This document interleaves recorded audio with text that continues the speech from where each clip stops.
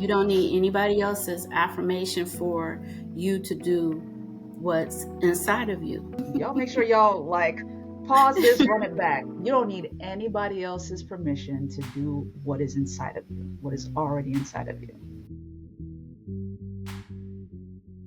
Good evening. Happy Wednesday, my winners and goal getters. Welcome to another episode of the Getting the Win Show. I'm your host, Melissa T, the procrastination bully.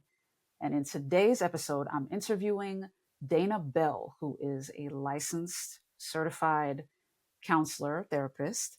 She specializes in trauma and grief and loss, things like that. And in today's episode, we're digging into the big elephant in the room during the holiday season. There are a lot of folks for whom the holiday season can be challenging. Yes, everything around is made to feel joyful and bright and happy. However, they may be suffering loss. They may have lost someone during the holiday season. So every time the holiday season comes around, it's a bittersweet reminder of their loved one who is no longer here with us. Or perhaps the holiday season isn't so much an issue of grief or loss. It can be a source of anxiety because the other thing that is happening during the holiday season is lots of purchases and preparation, a lot of arrangements going on, right? There's a lot of traveling going on, family members gathering together for Thanksgiving and Christmas, and some of the other faith-based holidays that take place during the months of November and December as well. So there can be some anxiety that starts to pile up a little bit. So Dana and I get into all of these things during this interview. Be sure to subscribe if you haven't yet. Subscribe on YouTube if you're watching this on YouTube at Getting the Win, okay? If you're an audiophile, you can catch the show on Spotify, Getting the Win show on Spotify, so you can catch the audio. But be sure to click like if you find this video beneficial and share it with your peoples, okay? This is full of gems. So as always, come ready to take notes. And I pray this episode is beneficial for you. Enjoy. As promised, I have the one and only Dana Bell in the building. Dana, welcome to the show. Thanks so much for coming on. Thank you. Thank you for having me. I'm excited. Yeah, likewise. For you watching, as I mentioned, she is an author. So first, Dana, let's dive right into that. Let's talk about your book. Let them know the title of it and what inspired you to go ahead and write it. Okay, so the name of my book is 30 Days of Hope, Change Your Energy, Change Your Life. And what prompted me to write it was because at the time I was in a funk, if you will, that all familiar feeling of you're sad, you feel stuck, you're trying to figure out, well, what else should I be doing? Should I still stay in this job? And trying to figure out all of those dynamics along with being productive, working out of excellence, keeping up relationships, right? So I wrote it for myself. I wrote out a little, what prompted me though, Joel Osteen, he has, and I don't know if he still has them, but he had this little pocketbook, right, with I want to say maybe it was like daily inspiration or something. And I said, okay, that's what I'm going to do. I'm taking different things of life and put it for myself to uplift myself. And as I created it for myself, and I'm going through each day and looking at it, but I'm also, witnessing other people and walking in their funk stage. And I thought, you know what? I can make this a book for others to enjoy. So I wrote it, like I said, I wrote it for myself and kept it to myself. But then, God whispers in your ear, how come you're not sharing this? So, so yeah. So that prompted me to put it into effect, right? Make it a hard copy. That's beautiful. And that's actually very common for like a lot of the aspiring authors that I work with. It's usually that Mm-hmm. like God puts the idea in them and they've either started writing and paused it, or they Mhm. don't start yet. Usually because they have questions, they have some self doubt, or maybe their schedule is just way too packed for them Mhm. to make time to start writing. Given you did mention the job situation, how did you make that work for yourself? Because this book did begin as a way to help yourself heal. So kind of talk Mhm. about that transition. So you just mentioned how somebody starts something and then they stop. So yes, I created it for myself and utilized my steps for me. And me putting it to a book wasn't until, look, I started writing that book in 2009. Mhm. I did not publish it until 2022. It Wow. was done. It was Wow. done. The spiral book that I had it in, um, I want to say when I was looking for it, I was like, wait a minute, did I lose my book? So then I had to tear up the house to find it. So yes, that was me. Um, again, not thinking that you're worthy, not thinking, I Mm. mean, but you're thinking no one would want this. And like I try to explain to people as I'm creating a business now, I come from the era of ask permission. You need to have you need to have an agent. You need to have this, and not really Mm-hmm. understanding. No, because we got these computers and we have YouTube, and YouTube will tell you how to do everything, right? And Facts. so as time goes on, I'm tweaking myself, thinking, well, no, Dana, you don't really need permission to write a book. You can just do it, and it doesn't cost tens of thousands to write the book and or to publish it. You can do this. So it did take me time to get courage and belief, strong belief to keep it moving, even if I didn't see it moving. Mm. So yeah, yeah. I Yeah, made I'd it. actually like I to. made it through. Right. Thankfully. Yeah, could you unpack that process a little bit more? Like what was it that helped you gradually reach the point where you're like, okay, I'm actually doing this? Like Hmm. I going from believing I'm not worthy, nobody's gonna take this seriously, to finally saying, okay, I'm gonna go on YouTube and learn this stuff. Like what was that particular process like for you? Okay, so my father passed, and so my mom had passed in 1996, Mm, and my dad passed in 2011. And okay. I'm working with corrections, um, and I did not have the time or the money to have a break. you know. Mm, Um, mhm, it was the middle of winter when he passed. We had to do, get it done. Um, I took some time off, but it wasn't like a month or two where I could decompress and just go through the motions of burying my father. So it made me think, yeah, it's something on the other side of this. This day to day, 9 to 5, is not really it. Not in my soul. I knew this, but understanding how to break away from it was something different. So I mm, went to school. I signed. My dad passed in February, so that July, I applied for school for my master's in clinical mental health. Yay, let's me. go. Let's go.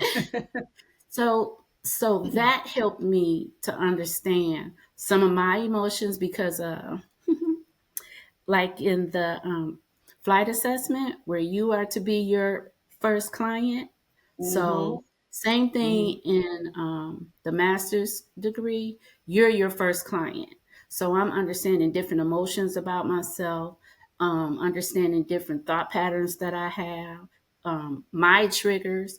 I don't superimpose me being triggered onto you because you said something or wore something and it reminded me of a past experience.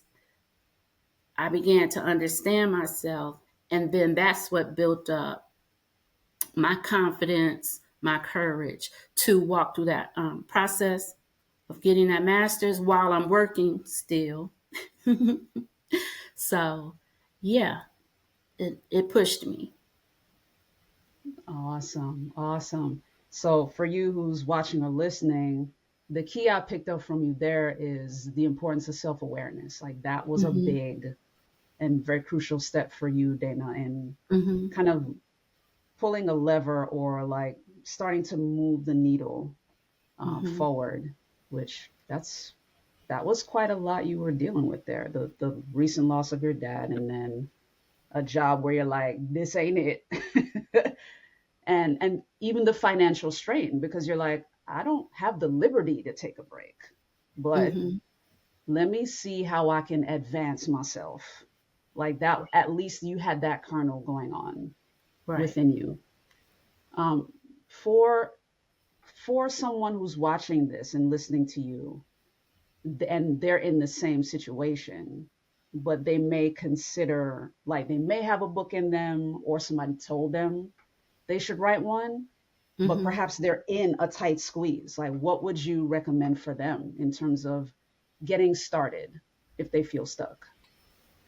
Okay. So, first and foremost, I had to realize that the changes that I wanted to see in my work or within my realm of helping others where I worked, and that's with any employer though, it is not their job to satisfy you, the employee. Mm, It mm. isn't. Oh, you don't like the uniform you have to wear, you don't like the hours that you work. Okay, well, you have a choice. You're either going to get another job or you have to acclimate yourself to where you are so it can be as comfortable for you to go to work each and every day. Even if I liked what I did, but you might not like some of the rules, you might not like some of the policies. They didn't make those policies for you to like and approve. They made it so that the process can flow however it is they want it to flow. So that was a key component for me. Stop thinking that they're going to make you feel better. You need to make you feel better. You know how to make yourself smile. If you don't, you need to learn how. Figure out, Oh, well, what makes me smile? Is it my favorite coffee cup? Is it my $6 Starbucks drink? Okay, if that's what it is, that's what you do. We have to figure out who we are and how we want to be seen. So I would suggest just write one page. Write one page. You don't have to write the whole book in 2 weeks. You can write one page. Give yourself 30 minutes for that goal. Figure out what it is you really want to share. What ideas do you want to convey to the others, to your readers? that's that's powerful. Definitely something I want to follow up on. I'm gonna highlight something you said, Dana, but then definitely got to follow up for what you Okay. for what you shared there. Like, the generational difference is definitely showing, which I love. I love having conversations like these. um, but firstly, that was so important when you said, like, learn what makes you happy. And I think, Mhm. for those of us in these United States, because cultures are different, Mhm. but for those of us in these United States, in my opinion, unfortunately, some may not see it as unfortunate.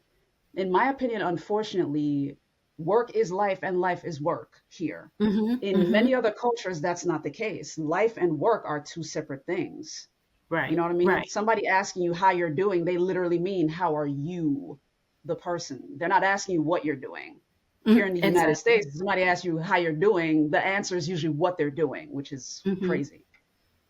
But I love that you imparted upon us to either remember or get to know what makes us happy. Because I'll be honest with you, Dana, like, there was a point during those 9 years in my media work, because you heard me talk about this, Mm-hmm. there came a point when I literally forgot that. I lost Okay. sight of it, which was a bit scary when like my colleague, like he asked me, what do I do for fun? No, I had to think about it. I was like, what do I Right. do for fun anymore? Like it was insane.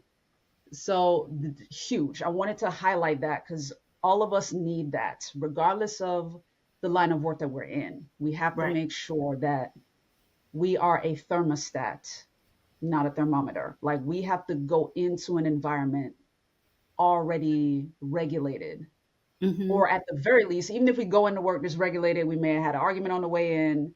We may have gone in and saw the person we can't stand.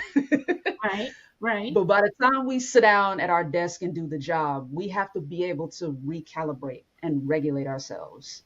And that's a great first step to doing that. The follow up I wanted to make with the generational difference Mm-hmm. had to do with, and I do agree with you, by the way, Dana. But like with, it started with millennials, but definitely Gen Z, and for Mm-hmm. sure Gen Alpha. There's almost a demand that those generations have made for corporations and bosses to tailor the work environment to more appropriately suit them versus like you're a bit older than me and Mm-hmm. I'm what I like to call an elder millennial. I'm early 80s. So like we're part of that generation where the environment you're working in is what it is. Like you have to make the most of it. So I kind of appreciate your perspective there. But what would you say to count, for someone that is Gen Z that would counter like, well, no, because what if their work culture is unethical or if there is something wrong that we can push to change? Like what would your answer be for that? Okay. Then you have to evaluate that. Evaluate it for yourself, though. Are you pushing it for the greater good or just for you to have your way? Mm, Um, and when I say figure out what it is that you want to do for you, because you're in a funk. Your boss isn't going to take you in and say, well, why are you in a funk? They may, now don't get me wrong, you do have some immediate supervisors who do have that nice handle where they say, hey, I'm noticing you've been coming in late a little bit more often than usual. That's not you. Is it something that I can do to help? Is there something going on? How can I help you? mm, That's fine. But in the overall spirit of it, you are in charge of your happiness. You are the co creator, you are the master of you. So we do have to become acclimated with understanding, you know what? I work this 9 to 5 sitting at this desk all the time. I want to be outside. I like nature. So um, are you in the right field? Do you understand mm, that about yourself? I know people who have beautiful, beautiful gifts, and they don't understand that part about your gift making room for you. So I knew this lady. If you gave her any type of a picture and said, hey, can you paint this for me? I want this in a painting. She could look at it and say yes. It'll take me a couple of months, but I can get it to you. What colors? What skin? That's how gifted she was. But no, she worked with me doing welfare fraud investigations. So wow. this was like when I say second nature, it wasn't work or laborious for her to create that way. And I asked her way back then, this is like I said, this is the early, well, no, the latter 90s. I said, why don't you do that for a living? I don't want to. That's what she's, I don't want to. I don't like being pressured. I'm like, okay, all right. So, but you see the difference? So Hmm. then you coming into work by somebody else's mandate, 8 o'clock. You leave by their mandate at 5. You don't take vacations unless they approve you to be able to take a vacation. So, like you said, we have work and we have our life. but our life is intertwined in this job. And the job does dictate really how you operate in your life. You can't go to your child's dance recital. You're missing baby boy's football game, right? Because you couldn't leave in time. So, what's important? What makes you happy? How will you move? What changes can you make? So, for the young ones, and hey, high five to them because I've witnessed that with the state. Yeah, they don't like this, they're leaving. No loyalty, nope, they're not staying no 20, 30, 40 years doing this, listening to you. They're off and running to their next thing. And we should have some of that gusto. We Mm, should have some of that gusto. I like that. Yeah, and I appreciate you sharing your take on that. And yeah, like to be fair, there has been a small revolution in the workplace as a result of like that constant push. As I mean, like it started with like the younger millennials, the ones that are born Mm-hmm. like early to mid 90s. But yeah, like that was when we first started to see it because then corporations were like, "Oh, these guys want us to have a cause. Like we can't just exist for the purpose Mm-hmm. of making money, which is the legal definition of a corporation. Like it's to Right. earn money for its shareholders. That's the legal definition of a business. But they were like, no, like you need to have a cause or a value that matches what we value, or else we're not working for you. And they were like, And make it okay, okay, comfortable while I'm here. yeah, yeah. There were some serious demands that were made. So I appreciate you going Mm-hmm. over that. That's helpful. The other thing I wanted to get into in depth with you, given the time of this recording, at the time of this recording, it's the holiday season officially. Right, right. And you and I were just on a call at the beginning of the week where you were able to share your expertise as a counselor and kind of, so let's start there. Like, Okay. let our audience know what your current expertise is as a counselor. Who do you treat? Who do you advise, and how? Okay. So I'm a licensed professional counselor in the state of Michigan, and I help individuals who are dealing with high anxiety, depression, grief, and some domestic violence, trauma. So they come to me. They find me by word of mouth or through Psychology Today, Mm, and yeah, yeah. And so you know, we talk about what's going on. I help them to understand who they are, why they feel this way, in the sense of they don't understand why, when Aunt Lucy comes around, she is something else and they get nervous, they get upset.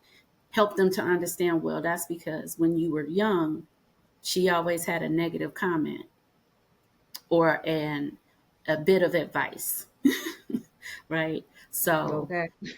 and sometimes, there are different situations that we experience throughout our life that we never had a chance to pull apart, decompose, actually understand the other person's view of the situation that has us still up in arms. So I'm there to help them walk through that process. Beautiful. So this time of year is normally a bit higher for you, right? There's more of a peak around the holidays. Kind of talk about that and what you Around the experience with that. holidays, the beginning of the year, yes, people make a resolution that they've been thinking in their head that they should go see a therapist, a counselor. And so January, new benefits. So that's what they're doing. And in regards to the holidays, yes, it's a tender, sensitive time for some who might have lost parents or some other loved ones. Um, Especially the climate that we're in, people have gotten, pink slips, and Yeah, it's the holidays, like you said, where you're yeah. spending extra money that you didn't know that you even had, and now no, they have to reroute. So with that, there are feelings of grief along with the anxiety. Depression attaches itself to it, and so yes, there the numbers will rise for us Yeah. to attend. Mm-hmm. So if you don't mind, I'd love to unpack several of those Okay. scenarios. So let's touch on the lost one, the grief thing, because Mm-hmm. that is a very common thing where holidays are bittersweet because normally families are coming together around this Right. time, and there are folks that are immediately reminded of who they no longer have access to. Okay. So talk us through that. Like what tools do you normally recommend for folks to like self-regulate or Mm-hmm. to make the holiday season less bittersweet or less of a struggle for them? Okay. So with individuals who, as you said, the reminder of the loved ones are not present, I help them to not stay in the pain of not having them, but to relish and embrace you when and how you did have them, the Mm, enjoyment, the past memory, positive memories, right? Um, for those who may not have had a chance to resolve certain issues with the beloved, um, we have to unpack some of that so that they can release some of the guilt, shame, those emotions that we have that don't do us good, right? mm, They don't mm, push us forward, they don't push us towards happiness. We have to decrease some of that and help them again to see, well, what would mom say about, you know, you separating? mm, Would she be happy about that, or would she be, baby, you better go over there and see your uncle, that those types of things. mm, um, for the people who are suffering from, like you said, the high anxiety is so there's so much to do, so many different areas that you have to touch. I tell them boundaries. We have to set up some boundaries. You can't mm. do everything. You can't go by everyone's home and take care of your home. You do have to set up boundaries for yourself. Um, and again, featuring you, featuring your family, and move from there. And that's a little difficult for people sometimes. Facts. um, I'm gonna follow up with the grief thing very quickly. Some of Mm-hmm. those things, because I want to also make sure that I'm offering sound counsel on my show as well. But a Okay. couple of the things that I usually offer for folks that didn't get the chance to express their feelings with a person, whether it was somebody they loved or if it was a person that caused them trauma and they're no Mm-hmm. longer able to communicate with them right now, but Mm-hmm. they need to release something. I've recommended like the empty chair exercise sometimes. I've recommended them to write their feelings down in a Yes. journal. Yes. Like kind of, yeah, does that make sense? Is that something, are those tools that they can Absolutely. use? Absolutely. So I use that exercise in the sense of writing a letter with Mm, my clients who, again, they're suffering from depression and grief from instances that happened in the past, and they're not able to talk with that loved one. Write them a letter. Just write mm, them a letter. You don't have to show it to anyone. You don't have to keep it, but you're getting your feelings and love out. Even if it's anger and sadness, you're getting it out. Let it flow on the paper, that's and good. that's like a release. Actually, like a release exercise. Hmm. Absolutely. And then to the boundaries bit with the anxiety thing. Can we go over some diplomatic ways to say no? Because there are plenty of us that struggle with that, especially those of us that are more service minded, especially Hmm. to our other conversation about the book thing, not feeling worthy, but Hmm. knowing that we are exhausted. We may not feel worthy, but we know full well that we're exhausted. Right. And Right. like, okay, this is too much of an ask. Can you share with us some diplomatic ways to say no, thank you? Yeah. No. No. Thank you. Okay, but all Mhm. right. So Cousin Sue, she asked you to make the dressed and potato salad and the candy yams, and you're like, wait, what? So you can tell Cousin Sue, you know, because of my other obligations, I can make the potato salad, but not the other two. Mm-hmm. Okay? And I'll bring it over early in the morning because I'm staying home. I'm staying home this Ooh, Thanksgiving, right? So, depending on your situation, uh, you should not have to explain, but if you can't say no without explaining, just be gentle with it and, hey, I am bummed out. I need to relax. So I'm sending the kids, but I'm staying home. Whichever way it works. But you do have to set those boundaries, and the boundaries are for you. They're for you to maintain. It's not for the others to maintain. You express um, what you will and will not accept, and that comes from your values and your standards. So, again, knowing who you are, knowing how you want to present, how you want to show up, you let other people know this is how I'm showing up, and these are my boundaries. So if they don't respect that, then that lets you know you have another decision to make, right? that part. That part. Um, Mm-hmm. to another, let's talk about at least one more scenario that is commonly experienced during the holiday season that you normally have to counsel people for. Like loss is definitely a common one, anxiety is definitely a common one. But what's a third one that you normally encounter around now? Well, a lot of people they want to be involved, but they don't want to involve themselves. So they're lonely. Oh, Basically, got they're it. Okay, lonely. Yeah. got it. They want to go places, they want to have someone to hang out with, but then they don't want to take that next step. So, with that, it's like they're complaining about it, but then they don't want to take these steps. So, again, we have to do the workaround. Well, you don't have to go to a New Year's Eve party by yourself, but you can attend. Someone asked you over, well, I don't really know them. Well, how will you know them if you don't become active in what it is that you want? So, yes, um, helping them to realize, hey, you don't have to do this really big high thing. Just take a little step. Go to Mhm. the work function. Stay there an hour. You don't have to stay there all night. Just go for an hour.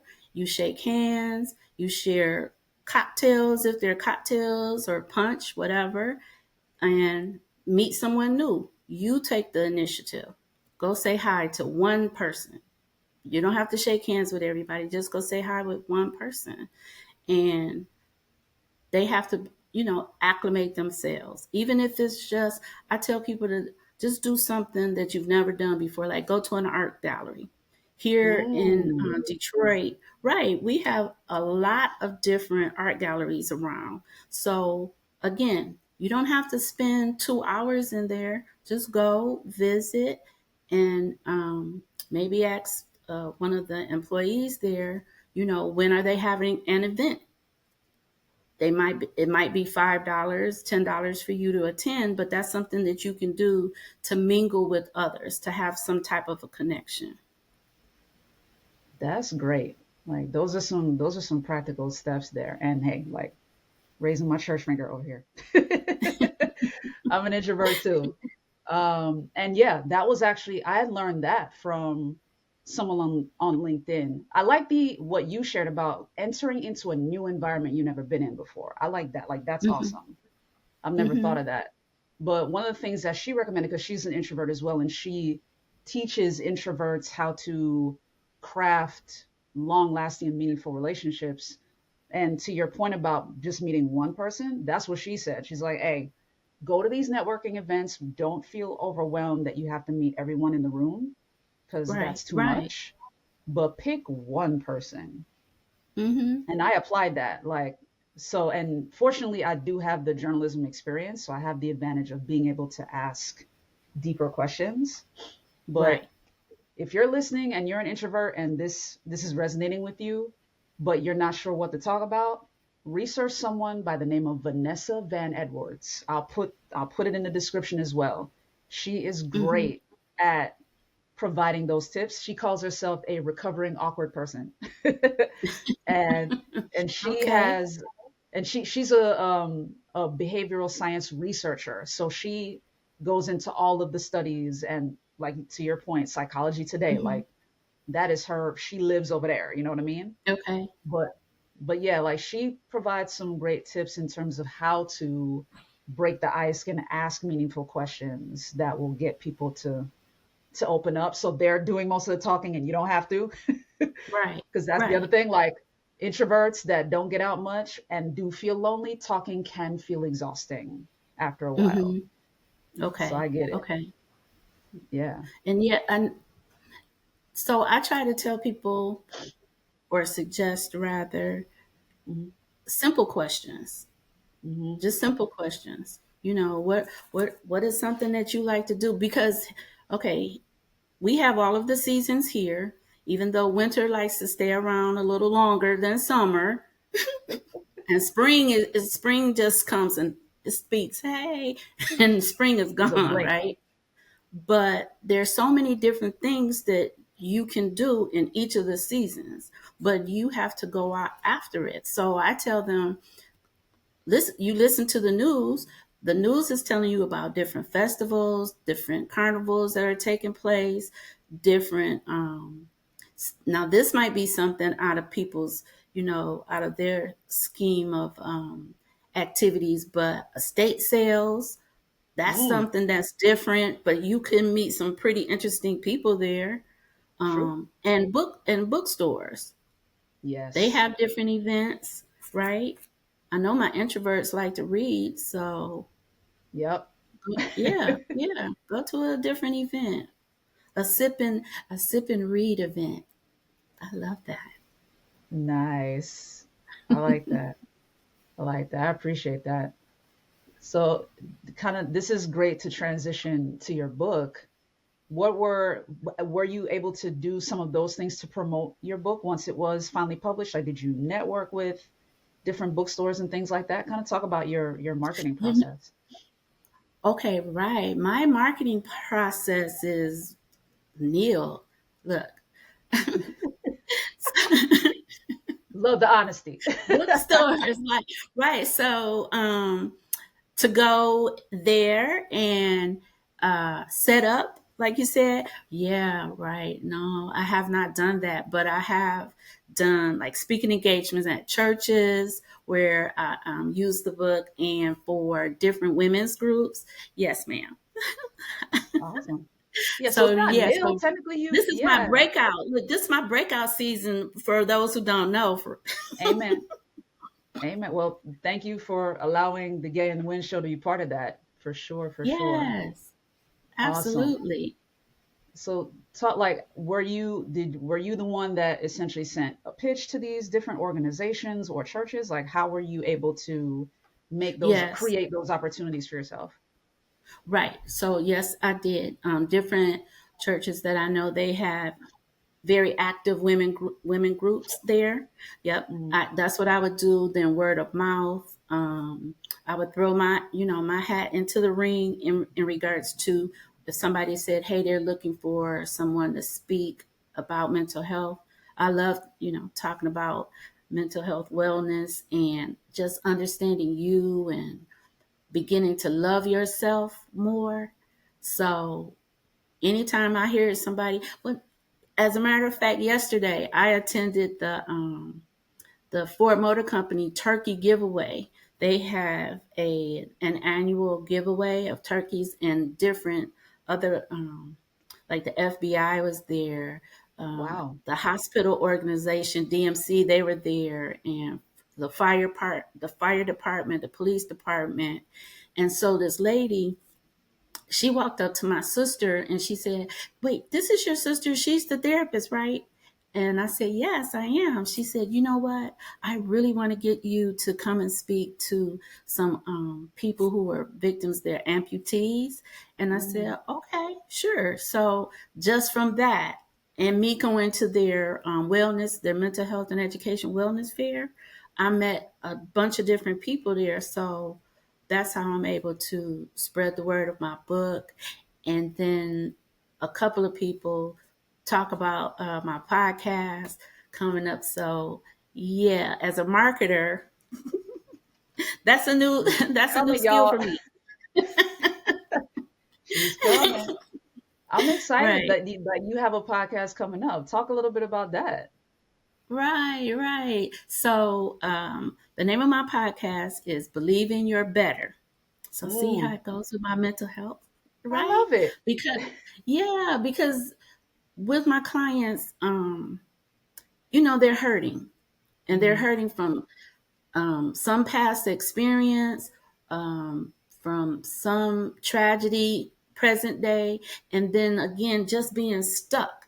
People don't realize how that being stuck causes so much friction in your psyche and your well-being. And so for me to come and assist them with embracing themselves and encouraging them, like, no, no, no, this is just the start. This is the uncomfortableness to help you understand you are supposed to be moving someplace else. So mm. that's what I want my podcast to be about, the listeners to understand. Hey, I'm not too old, right? So should I Hello. share that? So I'm 62 and I retired at 60 from the state of Michigan Wow. and went to, and I call it phase two. It's phase two, me being a full-time therapist, me assisting people in this realm. Even though in corrections I did assist people, even in welfare fraud, you might think, well, you just the police, you chasing down. But no, I would make a connection with whoever it was that I needed to help them see, don't think this is ruining your life. This is no, it's money. That's what they want, and you're going to pay it back as best as you can. You're going to handle this, and then you're going to go over that mountain into something much, much, much, much better. So that's what I want the podcast to be about. People to listen, be encouraged, and make that move. They're not too fat. They're not too short. They're not too tall. Don't believe in that. Believe in your better. Yeah. Beautiful. And I noticed one through line in everything that you've shared in the interview so far. Welfare fraud. You worked in Mm-hmm. corrections. You're Mm-hmm. currently a fully licensed full-time therapist. You've authored a book that originally was a tool for you, but you eventually Mm-hmm. released to the world, like, you know what? Like God said, like, why are you keeping it to yourself? And then you're like, you know what? Never mind here. In all Yes, of these let me different share. Right. In all of these different avenues, though, I do notice like that heart for giving or that heart for helping others. Talk Mm-hmm. about where that comes from. Is that something that is innate to you? Like that is your nature, period? Was that something that was taught to you, like from Mm-hmm. childhood? Like this is something your family instilled in you? Is it faith based? Talk Right. about that. Yes. All of the above. So it was groomed into me, structured into me. That's how the family work was built. Um, my mom, my dad, and they're like my mom and her two brothers were raised with their six cousins by their Wow. grandmother. So their Wow. grandmother raised nine grandbabies, right? So, and that's how it was. You helped and you help those around you. There's no way that I could be eating and you don't have lunch at school and Mm, you're hungry. No, I have to give you part of my lunch, right? Because if my mom hear about it, yeah, I'm in trouble for that. yeah. So that's how it was, and the different people that came into our lives too. That's how they were. So it was always, like you said, a community and helping others. Hmm. Um, and so by me being the oldest, I'm a caretaker, even though I'm a kid, right? So Yep. me and my sister, you got to look out for her. Me and my cousins, you the oldest, you got to look out for them, and that's how it was. So, of course, it's like, well, you graduate from helping them get their clothes on, helping them to eat, helping them with schoolwork to going out into the world. You helping this person get into school. You helping this guy get off of parole. You helping this guy get his certification through a trade, something that he didn't hadn't even desired before until Hmm. something was introduced to him. So it's all about those different aspects that, yeah. And here's the funny part, again, not listening to the Lord. So I had rejected. I asked God, I was like, I was selling real estate. Look, I didn't put that part. I sold real estate for a little bit. And I'm asking God, I'm like, okay, I'm doing these welfare fraud investigations. And I love selling real estate. I'm like, okay, so what should I be doing? Look, should I quit my job and go sell real estate? Because that's me. That's my thinking. He was like, no, you're I think you should go get a degree in counseling. I was like, Wow. no, I don't want to do that. Like, wait, what? I'm sitting at my desk saying, I don't want to do that. He was like, yeah, yeah, you have a voice that people need to hear.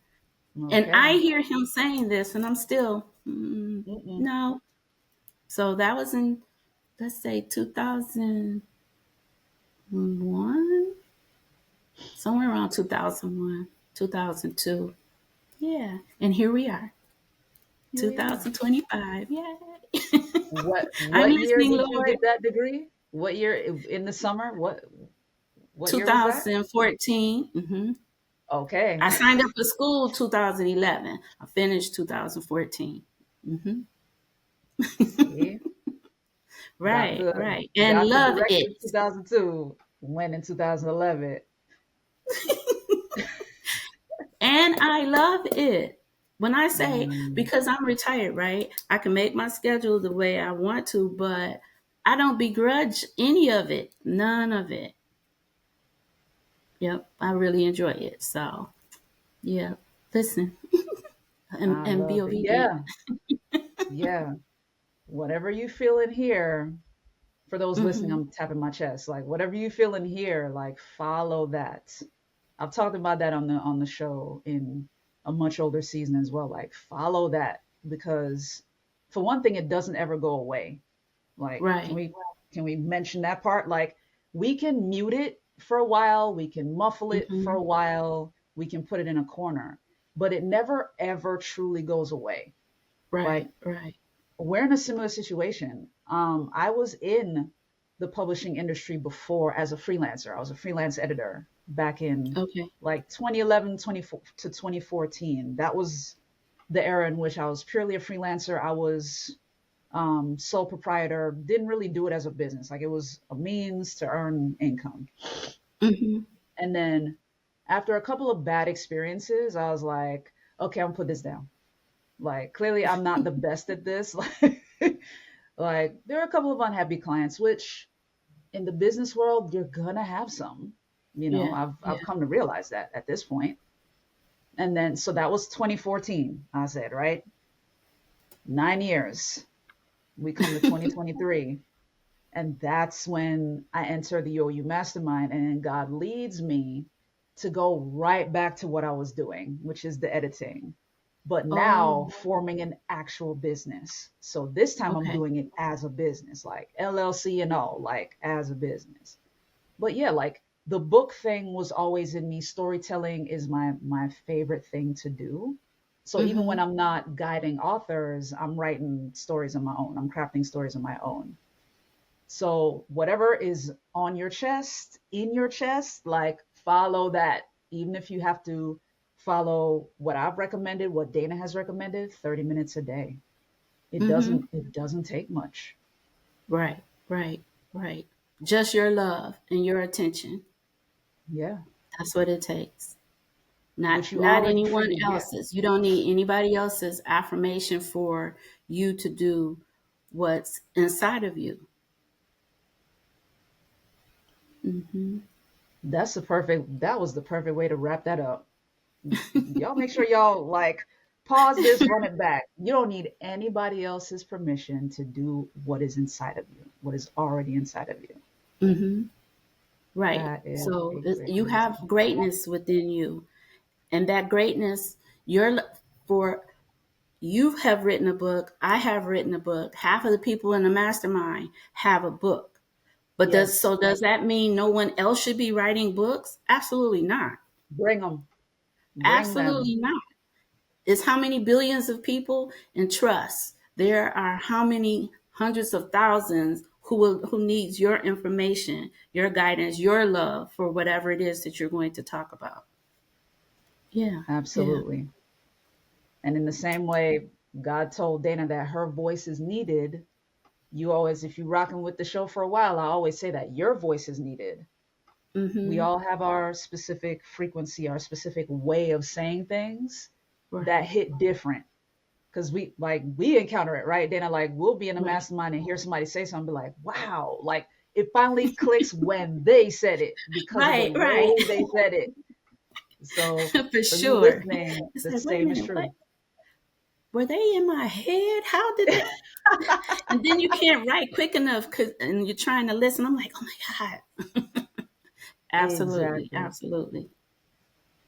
Exactly. So Well, this has been an absolute pleasure, Dana. Thank you so much for being on the show. So let thank our you folks for know where having they me. can get a copy of your book, where they can connect with you, and where they can catch the podcast when it launches. Okay, so you can contact me at letstalkwithdanabell.com. That is the website, letstalkwithdanabell.com. You can purchase the book on the website, and you can send me any questions or concerns that you might have about mental health and wellness and breaking out of your shell or building a shell. So the podcast, Believe in Your Better, will be coming out on YouTube. So 2026. And Melissa, you're helping me be accountable. Yes, The ma'am. first Monday, January 5th, 2026. There we are. Yes. No more You heard it here first. procrastination. No more procrastination. You heard it here first. Make sure you're over there. By the way, like my people, you guys just heard Right. this. Thank Make sure you. you're over there and subscribed on January 6th. Is that what that was? Or January 5th. 5th? January Yeah, 5th, January 5th. 2026. Right. Let's make sure we're over there and supporting her. Is it going to be like a morning podcast or an afternoon one? Like around what time should we expect that? I want to have it in the morning. So that's my focus, to have it in the morning, because so me uplifting. So that's something I was always uplifting myself. I'm listening to Les Brown, Bob Yes. Proctor, Earl Nightingale, all of those guys. Oh, and then I stumbled in 2020, Hmm. 2021 on this dynamic man. His name is Eric Thomas. Yes. And that Yes. helped direct me too. So I'm always listening to those type of people, encouraging to twist the way that you think and understand your feelings. So yes, ma'am, that is the focus. That's where I got that from. I love it. I love it.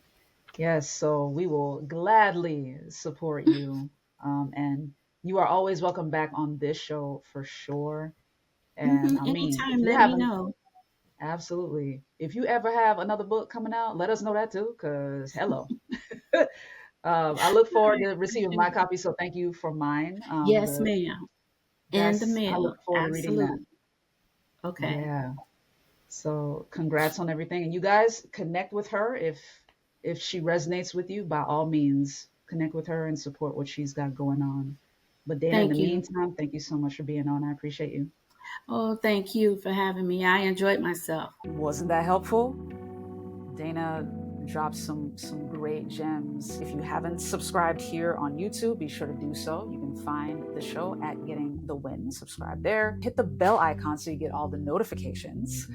So of course, our episodes drop Wednesdays at 6 p.m. every Wednesday, 6 p.m. Eastern time. Okay. If you want to follow me, be sure to follow me on Instagram, Pinterest, and Threads at Getting the Win Show. You can follow me on TikTok at Melissa T. Writes. You can find me on LinkedIn at Melissa Thomas, both of those with 2 L's and 2 S's, okay? Melissa T. Writes, and on LinkedIn, Melissa Thomas. And as I mentioned, I am on Spotify. You can find Getting the Win Show on Spotify. And of course, you saw all of Dana's information, and it's in the show notes. So be sure to head down there to find ways to connect with her and purchase her book. But in the meantime, in between time, have a great and productive rest of your Wednesday and a great and productive rest of your week.